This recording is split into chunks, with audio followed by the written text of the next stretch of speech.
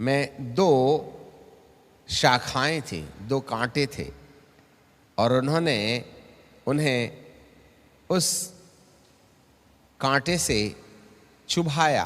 तब उन्होंने पलट करके देखा तो क्या देखा कि वहां एलिया बाबा हैं, द प्रॉफिट एलाइजा। और बाइबल हमें बताती है, पुराने नियम की आखिरी किताब का आखिरी अध्याय अर्थात मलाकी की किताब, जहां पर परमेश्वर का वचन हमें इस प्रकार से कहता है। मलाकी की किताब और उसका 4वां अध्याय और उसका 5वां पद, देखो यहोवा उस बड़े और भयानक दिन के आने से पहले तुम्हारे पास एलियाह नबी को भेजेगा, और वह माता पिता के मन को उसके पुत्रों की ओर और पुत्रों के मन को उसके माता पिता की ओर फेरेगा, ऐसा ना हो कि वह आकर पृथ्वी को सत्यानाश करे।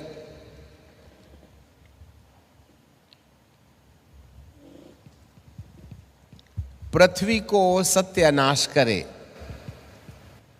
एलियाह नबी के आने की चर्चा, और बीते कई सालों से हम कहीं न कहीं एलियाह के अभिषेक की बात करते रहे हैं।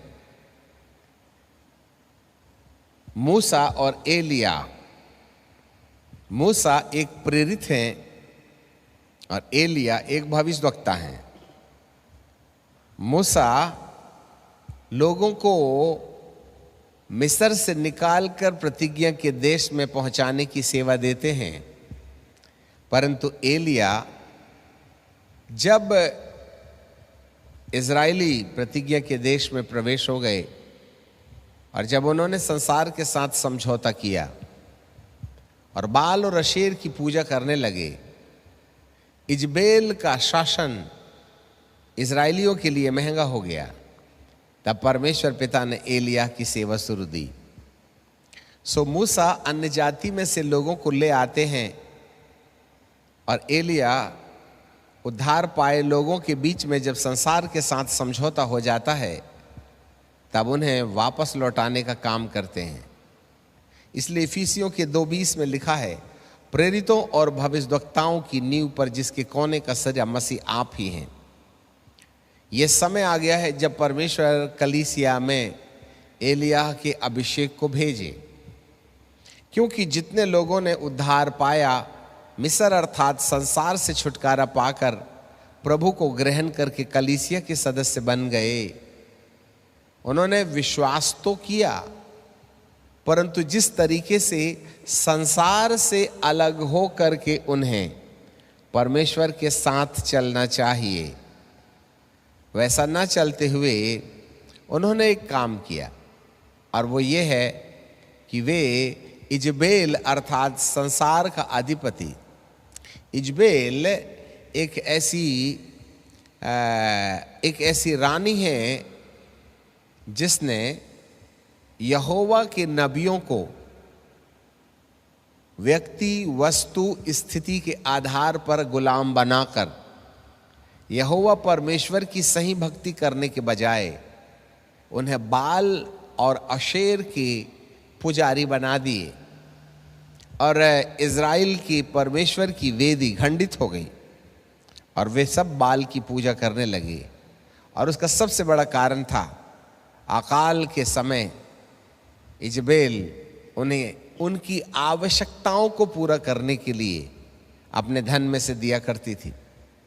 आज भी वस्तु संसार की लालच में, औधे की लालच में, पद की लालच में, धन की लालच में, मान और मर्यादा की लालच में कलीसिया और कलीसिया के अगुवे भटक रहे हैं। ऐसे समय में हम इजबेल को कलीसिया से इनकार नहीं कर सकते, और इजबेल की सत्ता से आज़ादी के लिए परमेश्वर के पास और कोई दूसरा रास्ता नहीं है, और वो है एलिया, उसका अभिषेक, उसकी सेवा। आज भी जब संसार के अंदर में हम संसार के साथ समझौतापूर्ण जीवन जी रहे हैं,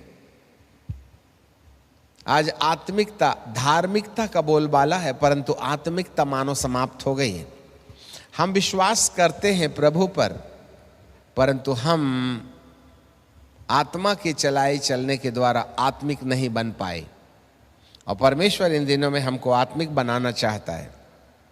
बहुत अंतर है धार्मिकता और आत्मिकता में।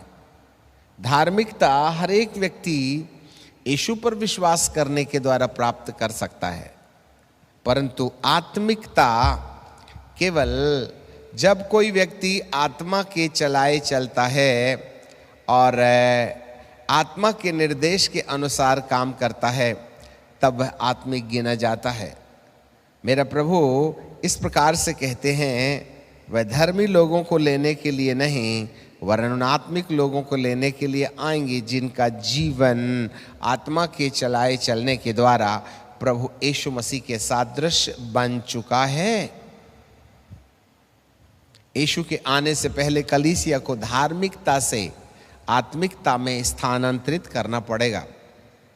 अब यहाँ पर एलिया बाबा नबी को चोट देते हुए अपनी ओर इशारा करते हैं। ये कलीसिया के लिए संदेश है। प्रभु चोट दे रहे हैं। 2020 और 2021 में हमने चोट खाई है कि हम उस अभिषेक की खोज करें। तब परमेश्वर के दास, बहुत लंबा है, हम कुछ ही बातें इस पर चिंतन करेंगे। परमेश्वर के दास अपने घर से निकल पड़ते हैं और उन्हें एक ऐसा हथियार दिया जाता है जो न चाकू है और न तलवार है, या यूं कहा जाए बड़ा वाला तलवार, बड़ा वाला चाकू। और ऐसे समय में ये जो चाकू है उससे उन्हें टहनी काट के लाना है। जरा देखिएगा, मूसा बाबा के हाथ में लाठी, और मूसा बाबा की जो लाठी थी वो जमीन पर टेक करके वे चला करते थे, परंतु एलिया बाबा की जो लाठी है वे जमीन पर टिकी नहीं होती है, वरन वे हाथ में रखते हैं। इसमें भी भविष्यवाणी है। जरा ध्यान से सुनिएगा। मूसा अर्थात प्रेरित के पास एक लंबी लाठी होती है जिसको वह जमीन पर टेक करके चलता है, परंतु एलिया की जो लाठी है वह जमीन पर पटकी नहीं जाती है, वरन हाथ में रखी रहती है। और उसके ऊपरी सिरे में 2 टहनियां हैं। अब इस टहनी को काट के लाना है। एलियाह ने एलिशा को अपनी चादर दिया, पर अब प्रभु यहां पर एलियाह की चादर नहीं वरन लाठी देना चाहता है। चादर और लाठी में अंतर है। चादर में एलिशा ने यह कहा था कि प्रभु एलियाह का डबल पोर्शन मुझे चाहिए। Listen me carefully. एलियाह का डबल पोर्शन मुझे चाहिए। एलियाह ने 7 चमत्कार किए, मैं 14 किया चाहता हूं। तो एलिया बाबा ने कहा, बड़ी कठिन बात मांगी है तूने। यदि तू मुझे उठाए जाने के बाद भी देखता रहे तो हो भी सकता है और नहीं भी हो सकता है, निर्भर तेरे ऊपर में है। और एलिया अग्नि के रथ पर उठाए गए। उसे मालूम नहीं था कि एलियाह की चादर गिर पड़ी है। उसने अपने वस्त्र फाड़े और जब उसने देखा तो एलिया की चादर सामने पड़ी है। तब उसने उस चादर को ऐंठ करके यरदन पर मारा और यरदन फट करके 2 टुकड़े हो गई। तब से लेकर एलिया अपने कंधे पर, एलिशा अपने कंधे पर एलियाह की चादर लेके उन 14 अद्भुत कामों को वे करते रहे हैं।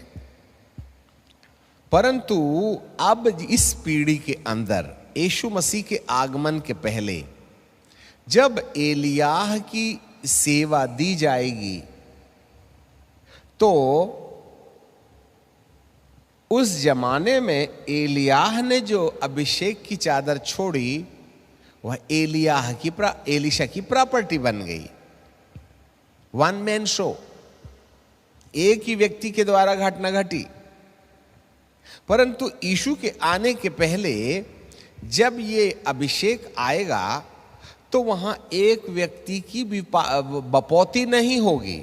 लिसन मी केयरफुली, एक व्यक्ति का ठेका नहीं होगा।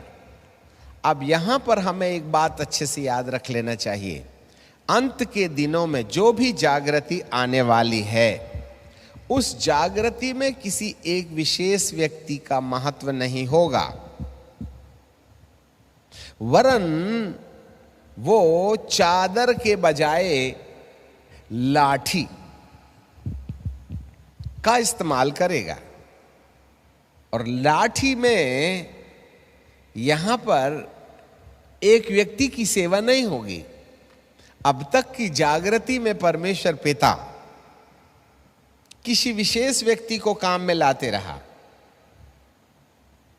जी, भारत की पंडिता रमाबाई को उसने इस्तेमाल किया, महाराष्ट्र में जॉन वेस्ली को इस्तेमाल किया, बेनिहिन जी को इस्तेमाल किया। एक एक व्यक्ति के द्वारा परमेश्वर ने बड़े भारी क्रांतिकारी आंदोलन लेके आए। परंतु अंत के दिनों में परमेश्वर किसी एक व्यक्ति के द्वारा कलीसिया में क्रांतिकारी बदलाव नहीं लाएगा, वरन एक ऐसा मूवमेंट होगा, एक ऐसा आंदोलन होगा। और उस आंदोलन की तैयारी, सब लोग ध्यान से सुने, उस आंदोलन की तैयारी में यहां छड़ी को जो एलिया के पास है, वो कहता है यदि कलीसिया के लोग जिस तरीके से एलिया के हाथ में जो दोमुखी छड़ी है, इस छड़ी को तुमने काट के लाना पड़ेगा, मैं तुमको देने वाला नहीं हूं। एलिया ने तो गिरा दिया चादर और एक ही दिन में एलीशा धनी हो गया। परंतु यहां पर आज की कलीसिया को एलिया के अभिषेक को पाने के लिए एलिया के हाथ में जो छड़ी है, उस छड़ी को काट के लाना पड़ेगा। और एलिया के समान काम करने के लिए दार्शनिक यूं कहते हैं कि उनको बड़ी लंबी यात्रा करनी पड़ी है, कई स्टेप में उनको जाना पड़ा है। और उसके बाद उनके हाथ में वो लाठी जंगल से काटी गई।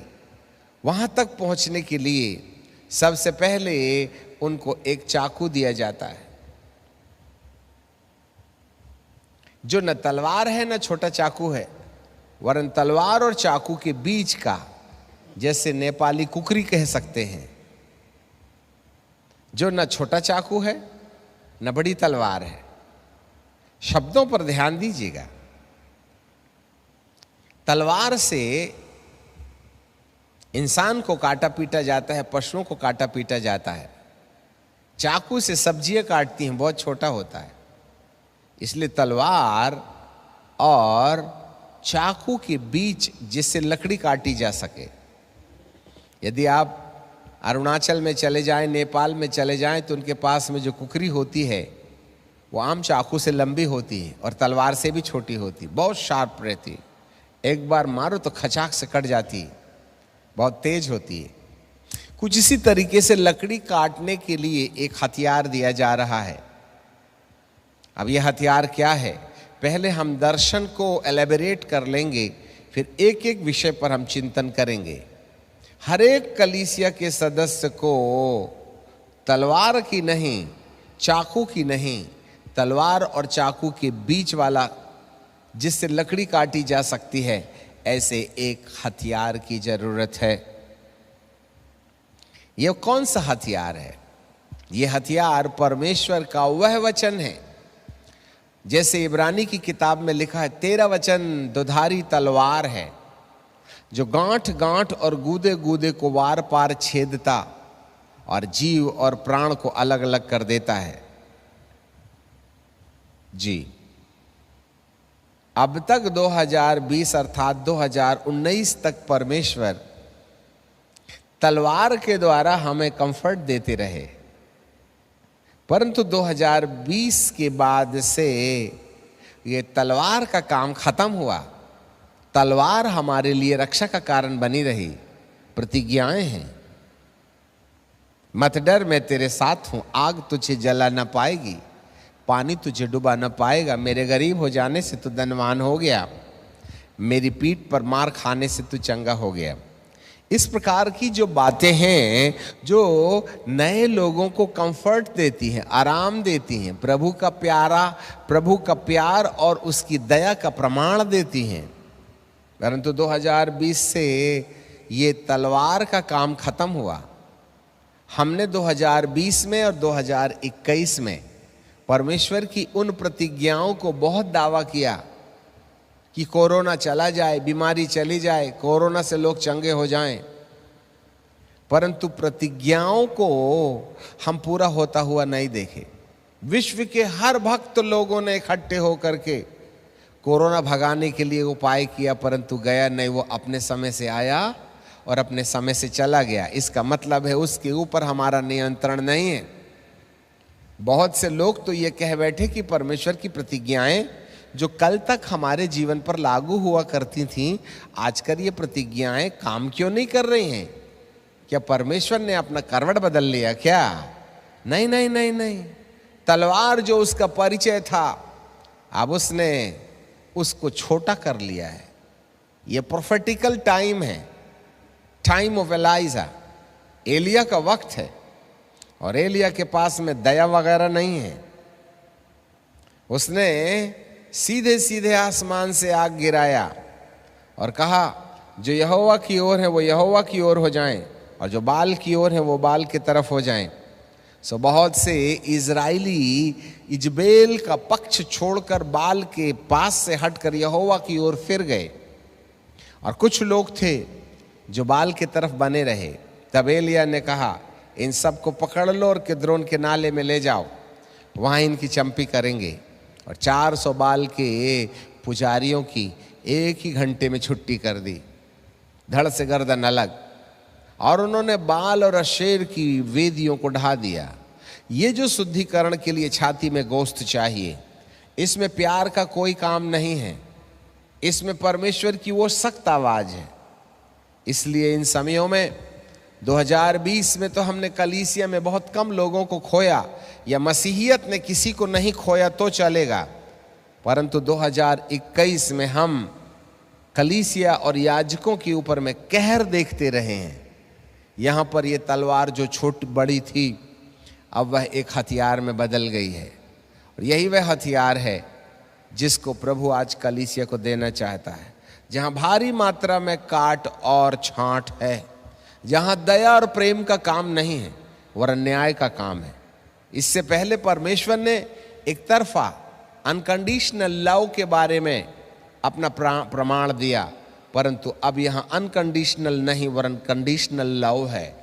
जो मेरी इच्छा के अनुसार चलेगा वह मेरी दया की पात्रता रखेगा, वरन जो मेरी इच्छा का बहिष्कार करेगा मैं उसके ऊपर में अपनी दया का बहिष्कार कर दूंगा।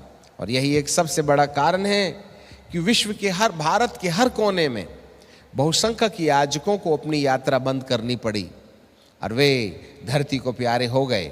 यह एक अच्छा संकेत नहीं है। यह वह बीच की तलवार है जो न चाकू है न तलवार है। परमेश्वर ने अभिषिक्त को, परमेश्वर ने कलीसिया को एक ऐसा चाकू दिया है जो सब्जी काटने का भी नहीं है और जो गर्दन काटने का भी नहीं है, वरन लकड़ी काटने का है। अब यहां पर दार्शनिक अपने हाथ में ये तलवार, ये चाकू लेके चलता है। वो सोचा चाकू तो मिल गया है, जब जरूरत पड़ेगी तब हम जाके काट लेंगे लकड़ी टहनी और एलिया के समान चमत्कारिक हो जाएंगे। तब वे घर जाने की मनसा में जैसे ही तैयार होते हैं, परमेश्वर का आत्मा कहता है ना ना ना ना ना, आपको घर लौटने की आवश्यकता नहीं है, वरन तुम्हें जंगल जाना पड़ेगा। अब वे चलते हैं, धूप है, लंबा रास्ता है, चलते चलते वे थक जाते हैं। इस चाकू वाली सेवा को, कुकरी वाली सेवा को हाथ में लेने के बाद हमें एक लंबी यात्रा करनी है, और इस लंबी यात्रा में आप थक जाइएगा। और यदि आज की तारीख में कलीसिया को देखें, 2020 और 2021 में वो कहीं ना कहीं थकी महसूस कर रही है। मैं हर अभिषिक्त से पूछूं तो वे कहेंगे कुछ मजा नहीं आ रहा है, कुछ थका थका महसूस हो रहा है, ऐसा लगता है पता नहीं अब हम चुने हुए हैं भी कि नहीं हैं। हमने सुसमाचार सुनाया तो जरूर, परंतु लोगों ने माना नहीं। और मेरा भी व्यक्तिगत अनुभव है, जब कभी भी परमेश्वर की सच्चाई को किसी व्यक्ति को आज की तारीख में बताया जाए तो वह उसको ग्रहण करने के बजाय, उसको पॉजिटिव स्वीकार करने के बजाय उसका नेगेटिव रिजल्ट सामने आता है। उसकी जिंदगी का भला सोचो तो वह हमारी बर्बादी का रास्ता बन जाता है। इसलिए सुसमाचार का ज्यादा असर आज जिंदगी पर नहीं हो रहा है। कलीसियाओं में परिवर्तन नहीं, बदलने वाले क्षणिक लोग हैं, परंतु एक मेजॉरिटी में कलीसिया उस आयाम में है जहां वे अपना परिवर्तन करना नहीं चाहते हैं, वरन परमेश्वर की सच्चाई को नकारात्मक अनुवाद के साथ में अपने लिए स्वीकार करने के बजाय उसका उपहास करते नजर आ रहे हैं। और आपने YouTube में, घमासान YouTube में प्रचार करने वाले प्रचारकों की कबड्डी देख ही ली होगी, जहां एक दूसरे की काट छांट के अलावा और कोई दूसरी बातें नहीं रह गई हैं। इससे ऐसे पता चलता है कि ये कठिन समय आ गया है। इवन दो हमारे पास में वो हथियार है, उसके बावजूद भी हमें एक लंबी यात्रा करनी पड़ रही है। दार्शनिक वहां पहुंच जाते हैं जहां एक नदी है या कुआं है या तालाब है, पानी के क्षेत्र है, और वे बड़े थके मांदे होते हैं और इसके बाद उसके जल को वे पीना चाहते हैं। और जैसे उन्होंने जल को पीने का प्रयास किया तो वो बहुत कड़वा था। ये जल कड़वा है। तब उन्होंने इस पानी को गौर से देखा तो पानी की गहराई में एक छोटी सी हड्डी दिखाई दे रही है, स्केलेटन। तब उन्होंने उस हड्डी को हाथ से निकालने की कोशिश की, पर हाथ वहां तक पहुंचा नहीं। तब उन्हें एक कटीली बेला मिलती है। अब ये कटीली बेला क्या है? लिसन मी केयरफुली, हर एक जगह में भविष्यवाणी है। इस कटीली बेला को जब उन्होंने पानी में डाला और उस हड्डी को ऐंठ करके फंसा करके निकाला तो वो छोटी सी हड्डी नहीं थी, एक मनुष्य का पूरा की पूरा कंकाल था, स्केलेटन था। ये स्केलेटन अंदर क्या कर रहा है? ये मृतक शरीर, मृतक व्यक्ति का शरीर जिसके ऊपर मांस नहीं है, जिसका मांस गल गया है, इस पानी के अंदर था। जब इस कटीली बेला से इसको निकाला गया तो कंकाल अलग हो गया। और कंकाल अलग होने के बाद हम क्या देखते हैं कि पानी को फिर से पी करके देखा गया तो पानी मीठा हो गया था। इसका मतलब है ये जो कंकाल है, इस सोते पर रखा, इस जल के अंदर डूबा, जिसके कारण से ये कंकाल इस पानी को कड़वा बनाए था। और जैसे ही कंकाल को अलग किया गया, कंकाल के अलग किए जाने के तत्काल पानी मीठा हो गया। जी हाँ, यहाँ अगली यात्रा के लिए आपको जल की आवश्यकता है। हाथ में तलवार है, लकड़ी काटने का, एलिया के अभिषेक को पाने का जो तरीका है कई स्टेप्स में है। पहला स्टेप है हथियार, फिर दूसरा है लंबी यात्रा, और तीसरा है लंबी यात्रा की थकावट में दूर करने के लिए जल की आवश्यकता। पर जल पीने के लिए वहां कड़वा है, और उस कड़वे जल को मीठा बनाने के लिए उस पानी के अंदर डले कंकाल को निकालना। ये जल आज कलीसिया है, ये जल आज मैं और आप हैं। हड्डी मतलब मृतक शरीर का मांस हड्डी से निकाल दिया जाए। आज कलीसिया के अंदर से भी आत्मिकता का अंत कुछ ऐसे ही हो गया है जैसे कोई मर जाए और सड़ जाए, या उसके मांस को मछली खा जाए तो कंकाल बचता है। आज कलीसिया भी कंकाल के समान है। हमको चर्च जाने का शौक है, वहां से आने का शौक है। आत्मा और आत्मा के काम और आत्मा की अनुभूति के लिए किसी को चिंता नहीं है। हम सब आजकल बहुत व्यस्त हैं, किसी के पास वक्त नहीं, फैमिली प्रेयर हो नहीं रही, और होती भी है तो फॉर्मली होती है, रीति और रिवाजों के आधार पर। आइए हम भजन संहिता निकालें, फलाना प्रार्थना करेगा, अमका प्रार्थना करेगा, दादा प्रार्थना करेंगे, दादी प्रार्थना करेंगे, चलो जल्दी चलो चर्च शुरू हो गया, आगे बैठो पीछे बैठो, चलो प्रभु भोज की लाइन में लग जाओ। कुछ रीति और रिवाज में बदल गई है आज की कलीसिया। इन रीति और रिवाजों वाली कलीसिया के साथ यीशु के दूसरे आगमन का कोई लेना देना नहीं है। और यही एक सबसे बड़ा कारण है कि आज कलीसिया के अंदर कंकाल व्यक्ति मर गया, आत्मिकता का इंतकाल हो गया, आत्मिकता समाप्त हो गई, और बहुत से झूठे सिद्धांत इस धरती के अंदर पवित्र आत्मा के काम का बहिष्कार कर रहे हैं। और पवित्र आत्मा के काम की जो अवहेलना आज की तारीख में हो रही है वो देखी जाती है। एक बात याद रखिएगा, जब तक पवित्र आत्मा आपकी आत्मा के अंदर नहीं आएंगे तब तक आपके आत्मिक जीवन की यात्रा प्रारंभ नहीं होती है। Listen me carefully. जब तक एक व्यक्ति के अंदर पवित्र आत्मा का आगमन नहीं होता है तब तक वह अपने परमेश्वर के साथ जुड़ने की प्रक्रिया में एक भी कदम नहीं आ सकता। याद रखिएगा, आत्मा की प्राप्ति अकेला हमारा लक्ष्य नहीं है, वरन वहां से पवित्र आत्मा आपके जीवन में क्या क्या काम करना शुरू करते हैं। The work of the Holi spirit. सबसे पहला है हमारे जीवन के अंदर में परमेश्वर की ओर से दिया गया प्रेम, आनंद, मेल, धीरज, कृपा, भलाई, विश्वास, नम्रता, संयम। एक लंबी लिस्ट है। आज आप अपने जीवन के अंदर देखें तो आत्मा आने से हम पेंटिकॉस्टल बन जाते हैं। पर मैं हर एक पेंटिकॉस्टल से एक प्रश्न पूछता हूं, क्या परमेश्वर का प्यार हमारे अंदर है? पेंटिकॉस्टल एक संस्था हो सकती है, परंतु पवित्र आत्मा प्राप्त किया, अनुभव प्राप्त किया व्यक्ति, क्या उसके अंदर परमेश्वर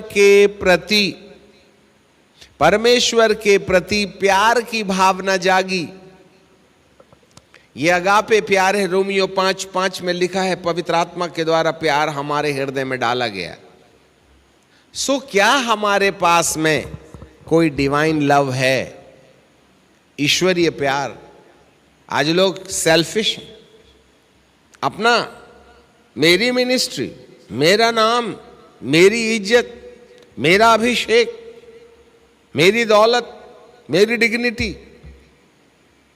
आज तो हम सब अपने अपने में ना अपनी सेवकाई को अपना बिजनेस बना बैठे हैं। मेरा संदेश, मेरी भविष्यवाणी, ये जो मैं का जो बोलबाला चला है ना, वह कंकाल है। हम आत्मिक रीति से मर गए। और एक बात कान खोल के ध्यान धर के सुन लीजिएगा, आगामी दिनों में मेरे प्रभु के नाम से यदि कोई किसी सेवकाई को ये मेरी है बोल करके दावा करे तो खुदा कुर्सी खाली करवाने में देरी नहीं करेगा। हमसे आगे बहुत चले गए। इसलिए जो आज प्रभु की सेवकाई के ऊपर अपना दावा कर रहे हैं, उन्हें अगली महामारी में सावधान हो जाना चाहिएगा। मेरी बात को गौर से सुन लीजिएगा, जो पवित्र आत्मा की प्रेरणा से अब तक आपने प्रभु के अनुग्रह को अपनी सेवा के नाम से अंगीकार किया।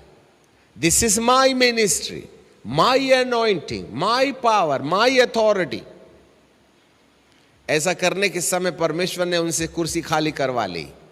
आगामी दिनों में जो भी पवित्र आत्मा की सेवकाई के ऊपर दावा करेगा कि ये मेरी सेवा है, मुश्किल में पड़ेगा, क्योंकि परमेश्वर अब अपने आत्मा के काम को आपके नाम की पॉपुलैरिटी के लिए, आपके नाम की प्रसिद्धि के लिए, आपके धनार्जन के लिए, आपको महान बनने के लिए कभी भी अनुमति नहीं देगा।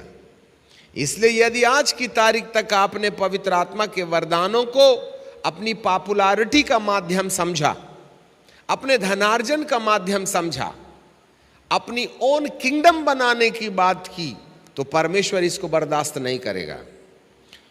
अगले महामारी में जो लोग पवित्र आत्मा के वरदान को अपनी विरासत समझने की कोशिश करेंगे, वे खतरे में होंगे। मेरा प्रभु बर्दाश्त नहीं करेगा। इस कंकाल के कारण इस सोते का पानी कड़वा हो गया है। हमारी आत्मिकता के समाप्त हो जाने के कारण हमारी सेवकाई में कड़वाहट आ गई। उसका जल कड़वा हो गया। कलीसिया आती है और उस जल को पीती है, उसको कड़वा सा एहसास होता है, क्योंकि अंदर कंकाल है, एक मरे हुए शरीर का स्केलेटन है। कलीसिया कुछ ऐसे ही मृतक है जहां आत्मा का प्रवाह समाप्त हो गया है। यहां या तो मेरा कानून चलता है, या मेरी व्यवस्था चलती है, या मेरी बुद्धि चलती है, या मेरा सिस्टम चलता है। आज कलीसिया के अंदर में पवित्र आत्मा को बहने के लिए जगह नहीं। हम अपने रीति और रिवाजों के आधार पर चलते हैं। हमें संदेश भी लिखे पढ़े मिलते हैं। हम अपनी बुद्धि से बातों का अनुसरण करते हैं। हम जो सीख रहे और सिखा रहे वह सब उत्तर प्रदेश से आता है, ना कि मध्य प्रदेश से आता है। मैं आप हर एक सेवकों से एक प्रश्न पूछता हूं, जो बात आपने कही है वह किसी किताब में लिखा था, या घुटनों में आपने परमेश्वर की आवाज सुन करके उस संदेश को तैयार किया है? आज तो हमारे पास में वैसे ही समय नहीं रहता है बाइबल पढ़ने का। टैब में तो ऑलरेडी कई मैसेजेस हैं, हजारों हमने रिकॉर्ड किया है। कोई भी मैसेज निकाल के हम डिस्प्ले में ले आते हैं और पॉइंट टू पॉइंट बोलना शुरू कर देते हैं। यदि उसको दूसरा कोई सुने तो शायद 2 शब्दों की भी हेरा फेरी नहीं होगी। हम डुप्लीकेट कर देते हैं जेरॉक्स कॉपी के समान। आए डायरी मेंटेन करने वालों और नोट्स बनाने वालों, आगे ये नोट्स बनाने का कार्यक्रम नहीं चलेगा। हर एक सेवक को आज प्रभु के चरणों में ठहर करके ये सुनना होगा कि प्रभु आज हमसे क्या कहा चाहते हैं। यीशु मसीह प्रतिदिन शाम को सेवकाई से फुर्सत पाने के बाद वे रात को जंगल में निकल जाया किया करते थे, नहीं तो मध्य रात्रि में चले जाते थे, या सुबह तड़के उठ करके चले जाते थे, और वे परमेश्वर से व्यक्तिगत संबंध बना करके कहते थे, हे प्रभु कल मुझे क्या करना है। इसलिए यूहन्ना की किताब उसके 5वें अध्याय में और उसके 19 पद में बाइबल में लिखा हुआ है, मैं अपने आप से कुछ नहीं करता, परंतु जो कुछ भी मैं पिता को करते हुए देखता हूं वही मैं करता हूं। 19 पद में लिखा है, मेरा न्याय सच्चा है, मैं अपने तरफ से न्याय नहीं करता, वरन पिता मुझ में रह करके न्याय करता है। यह वह जगह है जहां आपको ताजे ब्रेड अपनी कलीसिया को देना है। आज आपसे एक प्रश्न है, आपने घसे पटे संदेश देने की आदत है, या परमेश्वर के चरणों में ठहर कर उसकी आवाज सुनने के बाद लोगों को वो भोजन जो परमेश्वर की इच्छा के अनुसार है वो देने की आदत है? Listen me carefully. अब संदेशों को रिपीट करने का समय खत्म हो गया। टाइम पास ना करें। हर सेवक को अगली सेवकाई में यदि वो जागृति का अंश होना चाहता है, आगामी दिनों में यदि आप अपनी सेवकाई के अंदर में बने रहना चाहते हैं, तो आपको परमेश्वर की आवाज सुनने की प्रैक्टिस करनी पड़ेगी। और ये लॉकडाउन आपको सिखा रहा है कि आप परमेश्वर के चरणों में ठहरें। दर्शन की बातें अर्थात जो बातें पवित्र आत्मा सीधे कह रहे हैं, कहीं से भी निकाल के कुछ भी कह करके अपनी बुद्धि से लोगों का मनोरंजन किया जा सकता है। यदि मैं कोई भी दृष्टांत निकालूं और कुछ भी बोल दूं ना आपके सामने में, वैसे ही घंटे पास हो जाएंगे। यह वह स्केलेटन है जहां आत्मा का कोई प्रभाव नहीं है। Letter kills but the spirit of God gives the life. शब्द मारता है परंतु आत्मा जिलाता है। आज कलीसिया में आत्मा का प्रवाह खत्म हो गया। सब कुछ यहां से चलता है, उत्तर प्रदेश से। सब हम पुरानी बातों को निकालते, इस भविष्यवक्ता ने यह कहा, उस किताब में यह लिखा, उस किताब में यह लिखा।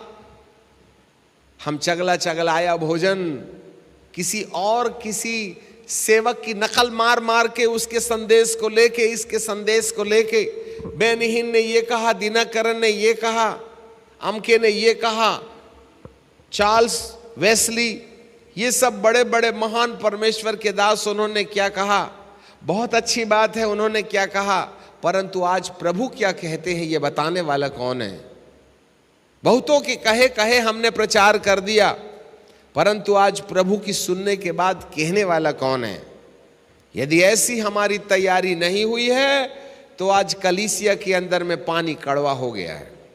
इस कड़वे पानी को दूर करने के लिए हमारे पास एक ही रास्ता है, और वो रास्ता यह है कि जो हड्डी इस जल के अंदर है, इसको एक कांटेदार टहनी से खींच के बाहर निकालना पड़ेगा।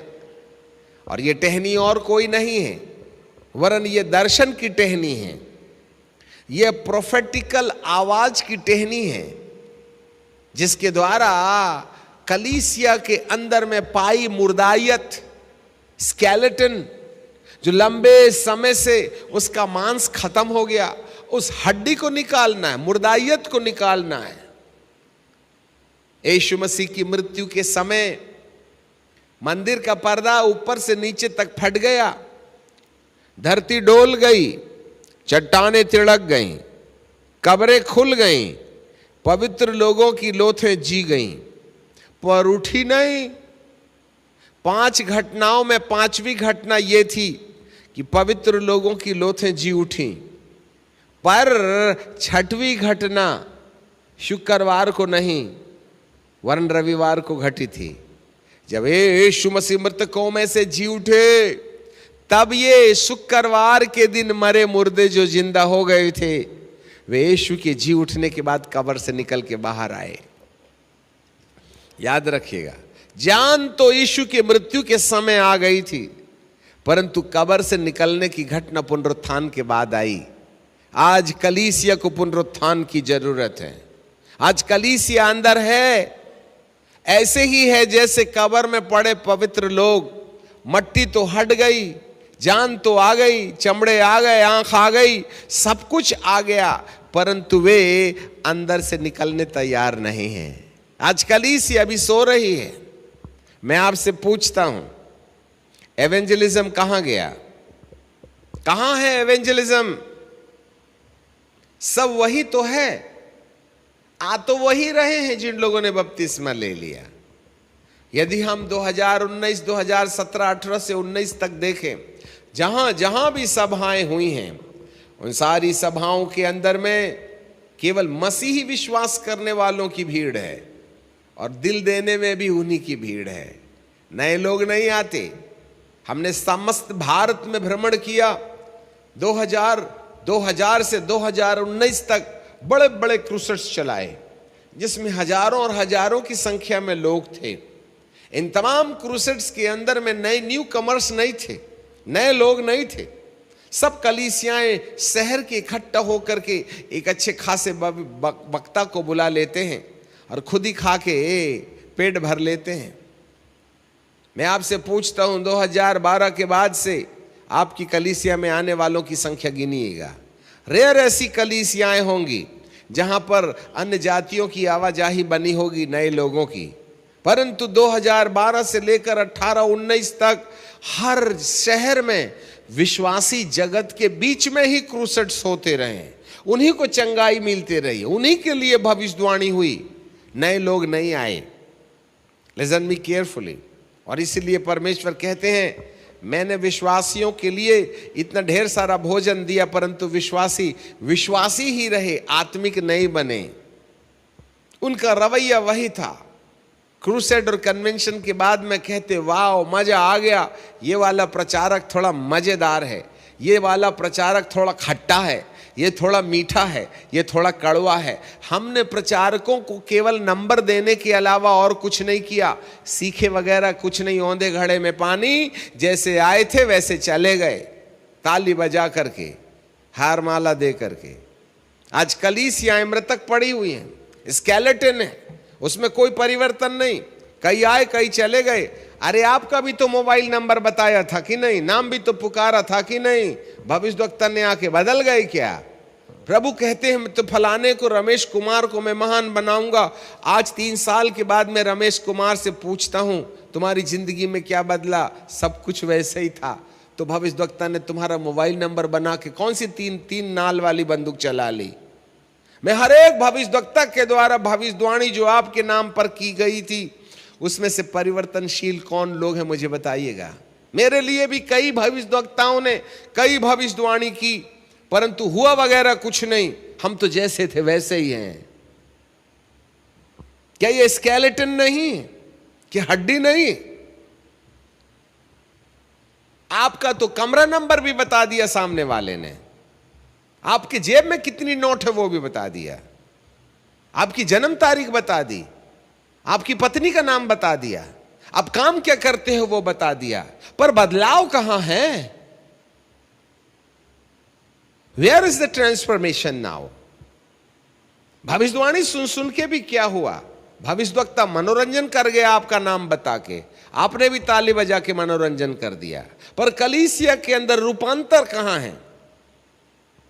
आज चर्च का पानी कड़वा हो गया है क्योंकि कलीसिया मृतक है। हमको चेयर गरम करने की आदत पड़ी है। 150 की नोट डाल आएंगे, तुम्हारा भी भला और हमारा भी भला। इससे काम नहीं चलेगा। ऐसी कलीसियाओं को प्रभु लेकर नहीं जाएगा। इसलिए प्रभु जी का वचन कहता है टहनी काटने के लिए सबसे पहले जल के कड़वेपन को मीठेपन में बदलना होगा। यही है एक सबसे पहला बड़ा जॉब। इसके बाद एक लंबी यात्रा और है। पानी पीने के बाद भविष्यवक्ता को और आगे जाना है, परंतु समय हमको जाने नहीं देता। अगले सप्ताह इसी दर्शन पर हम प्रकाश लेके आएंगे। देखिए, हे प्रभु एलिया की चादर दे दे, एलिया की चादर दे दे। ऐसी प्रार्थना करने वाले अज्ञानता पूर्वक प्रार्थना ना करें। यहां पर एलिया चादर नहीं देगा, एलिया लाठी देगा। और लाठी वो नहीं देगा, आपको काट के लाना पड़ेगा। और लाठी काटने का प्रोसेस काफी लंबा है। हम इस बात को बार बार एक बात कह रहे हैं, अंत के दिनों में हर एक व्यक्ति जागृति का अंश नहीं बन पाएगा। Listen me carefully. अंत के दिनों में हर एक व्यक्ति जागृति का भागीदार नहीं हो पाएगा, वरन जिसने अंत के दिनों की जागृति के लिए परमेश्वर के सिस्टम के अनुसार काम किया है, जिसने परमेश्वर के निर्देशों का पालन किया है। पहले आपको चाकू कलेक्ट करना है, फिर लंबी यात्रा करनी है, फिर उस सोते के पास पहुंचना है, उसके कड़वेपन को मीठा करना है और वहां से हड्डी निकालने का काम करना है। और इसके बाद फिर लंबी यात्रा है, फिर नदी है, फिर जंगल है, फिर एक और चाकू है, फिर आंखों में चुभाया जाना है, तब जाकर के एक टहनी आपके हाथ में आएगी। एलिया का अभिषेक ऐरा गहरा नत्थु खैरा के लिए नहीं है। आप BD CD ED DHD PhD सब कर लीजिएगा, इससे ज्यादा फायदा नहीं है, मनोरंजन होगा एक दूसरे का। परंतु बाइबल का परमेश्वर कहता है केवल एलियाह का अभिषेक प्रार्थनाशील लोगों के लिए नहीं है, वरन ऐसे व्यक्ति जो इस लाठी को पाने के लिए जो प्रोसेस परमेश्वर ने दिया है उस प्रक्रिया को अपनाएंगे। और जो जो लोग लाठी को काटने की पूरी शर्तें अपने जीवन के अंदर पूरी करेंगे, केवल वही हैं जो एलिया की लाठी को अपने हाथ में ले लेंगे। और जो लोग एलिया की लाठी को अपने हाथ में ले लेंगे, आपको मालूम होवे, वही अंतिम जागृति के भागीदार हो जाएंगे। उनके द्वारा परमेश्वर काम करेगा। आप चोट मत खाइएगा। बहुत सी कुर्सी खाली हो गई है और बहुत सी खाली होना बाकी है। अंत तक जो 2024 तक बचा रहेगा वह अंत की जागृति का भागीदार हो जाएगा। मेरे प्रियो, अपने आप के प्राणों की रक्षा करें। अपनी बुद्धि को इस्तेमाल करना बंद करें। अपनी स्ट्रेटेजी, अपनी योग्यताएं, अपने तौर तरीके, इनसे हट करके हे प्रभु तू कहना क्या चाहता है। ये लॉकडाउन इसलिए है, सारी कलीसियाओं में ताला इसलिए लगा है, ये अब जो सिस्टम से तुम काम कर रहे थे उस सिस्टम अब नॉर्मल नहीं होने वाला है, वरन इन 3-4 सालों के अंदर में प्रभु सारे सिस्टम को बदल के रख देगा। और उस सिस्टम में यदि आपने अपने आप को ढाल दिया तो आखिरी में परमेश्वर आपके साथ होकर के काम करेगा। और यदि आपने बदलाव लाने का प्रयास नहीं किया तो प्रभु कहेगा इसका कोई काम नहीं है। मेरा मतलब ये नहीं है कि सबकी छुट्टी कर देगा, पर मेरा मतलब ये है कि वे प्रभु के अंतिम जागृति के कारण नहीं बन पाएंगे और न ही अंतिम जागृति के हिस्से बन पाएंगे। इसलिए अंतिम जागृति अब दया के आधार पर नहीं है। This is not the unconditional but this is the conditional situation. जी हाँ, अब आपको परमेश्वर की दया से कहीं हट करके अपने जीवन की तैयारी कर लेना चाहिएगा, जिससे कि परमेश्वर पिता आपको अपने जीवन के लिए बेहतर तैयार कर सके। अब हम रुक जाना चाहते हैं। दर्शन की अगली कड़ी को हम आगे चिंतन करेंगे। अभी हमने चाकू लेने की बात की है, फिर लंबी यात्रा करने की बात की है जहां आप एग्जॉस्ट हो जाएंगे। फिर तीसरी चीज जो है पानी कड़वा है, उसको मीठा करने के लिए हमें स्केलेटन को निकालना होगा, अर्थात मुर्दाइयत को निकालना होगा, जिससे कि आपके अंदर जीवन आ जाए।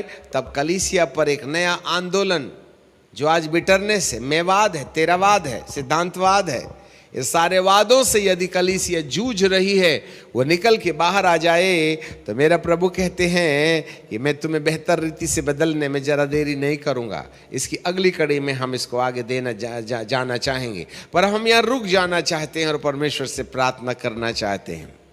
सब लोग अपनी आंखें बंद करें और परमेश्वर से दुआ करें। कहीं हमारा जीवन, हमारी कलीसिया कड़वी इसलिए है कि उसमें दिखाई देने में तो छोटी सी हड्डी है, परंतु मनुष्य का पूरा कंकाल अंदर पानी में डूबा है। ये कंकाल किसी जीवित मनुष्य का था, एक दिन वह जीवित था। तूने पहले का सा प्रेम खो दिया है। ऐ इफिसुस की कलीसिया, तूने पहले का सा प्रेम खो दिया है। चेत कर कि तू कहां से गिरा और पहले के समान प्यार कर। और यदि प्यार नहीं करेगा तो मैं वह दीवट उस स्थान से हटा दूंगा। यस, और यदि तू फिर से वैसा ही प्यार करने लगे तो मैं जीवन के पेड़ में से तुझे खाने को दूंगा।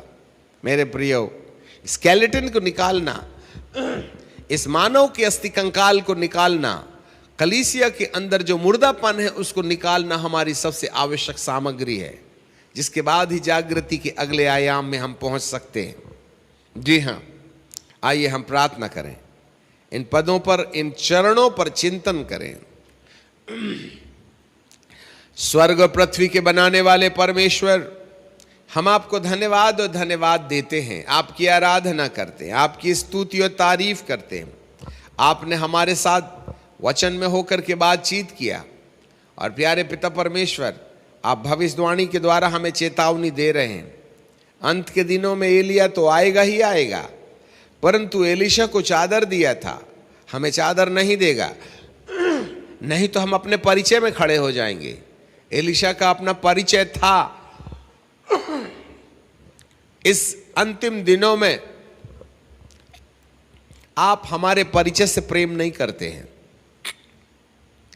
जहां केवल परमेश्वर का परिचय होना चाहिएगा, अंत की जागृति में परमेश्वर के भक्तों का परिचय प्रभु कभी बर्दाश्त नहीं करेगा। इसलिए अभिषिक्तों को उसने छुपा के रखा है, जिनके द्वारा जागृति आने वाली है। वे छुपे हैं, आप उन्हें छुपाए रखना चाहते हैं, क्योंकि अब हाईलाइट होने का समय खत्म हो गया है। अभिषिक्त अपने आप को हाईलाइट ना करें, अब अपने नाम के लिए सेवा करना बंद करें। प्यारे पिताजी, यही शिक्षा आज आप दिया चाहते हैं। हमारी आपसे विनती है प्यारे पिताजी, हमारा वजूद खत्म हो जाए, हम पर्दे से बाहर आ जाएं। पिता परमेश्वर, जिनका नामो निशान आज ना टीवी में है ना यूट्यूब में है, वे तैयार किए जा रहे हैं जिससे कि वे अंत के दिनों की जागृति लेकर के आए। ऐ पिता, हम पर दया होने दीजिएगा, जिससे कि हम प्यारे पिता उस अंत के दिनों की जागृति के कारण बनने पाए। हमसे बातचीत कीजिएगा। आप सेवकाई के पूरे नक्शे को बदल देना चाहते हैं, जिससे कि कलीसिया अब आपके तौर तरीके से चलना शुरू करने पाए। सेवक लोग आपकी इच्छा के अनुसार चलें, ना कि अपनी बुद्धि और सूझबूझ के आधार पर। इसलिए हम सबको अंत के दिनों की जागृति का हिस्सा बन लेने के लिए किताबी ज्ञान और दिमागी ज्ञान की नहीं, वरन घुटने पर बैठ के परमेश्वर की आवाज सुनने का वक्त आ गया है। हमारे कान खोलिए, हमारी आंखें खोलिए, जिससे कि हमें कुछ सुनाई देने लगे, हमें कुछ दिखाई देने लगे, और हम आपके दिल की धड़कन लोगों के सामने रख सकें। जो लिखा है वो तो हम तुम सब जानते हैं, परंतु परमेश्वर क्या कहते हैं उसको जानने वाले कहाँ। प्यारे पिताजी, मुझ में से मैं एक व्यक्ति बन जाऊं जो आपकी सीधी आवाज सुन सकूं, जिससे कि स्केलेटन में मांसपेशियां आ जाएं और इस मांसपेशियों के ऊपर चमड़ा और उसमें ऊपर से श्वास आ जाए और मैं जीवित बन जाऊं, तब कलीसिया में मिठास आ जाएगी। प्रभु ऐसा अनुग्रह कर दीजिएगा। हम आपको महिमा, आदर और सम्मान देते हैं, सब बातों में आपको श्रेष्ठ स्थान देते हैं। इस प्रार्थना को यीशु नासरी के नाम से